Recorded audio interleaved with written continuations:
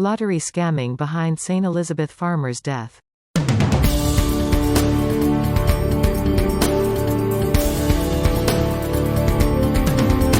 Lottery scamming behind St. Elizabeth farmer's death.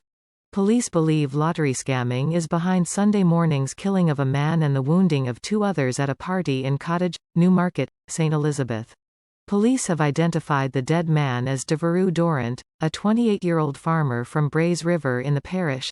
The injured persons are 20 and 28 years old. The commanding officer for the St. Elizabeth Police Division, Superintendent Dwight Daly, told Jamaica News that investigators have launched a top-level probe into the killing. "We are following several leads, but our investigations are pointing to lottery scamming as a possible motive," Superintendent Daly said.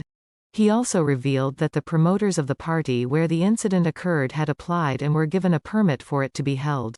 Reports indicate that about 1:40 a.m., while the party was in full swing, Durrant and another man were in his car when gunmen approached the vehicle. Police said the men opened fire, killing Durrant and injuring the 20-year-old. The other man was standing near the car and was hit. He was not with Durrant and the other man. Brought to you by Jamaica News.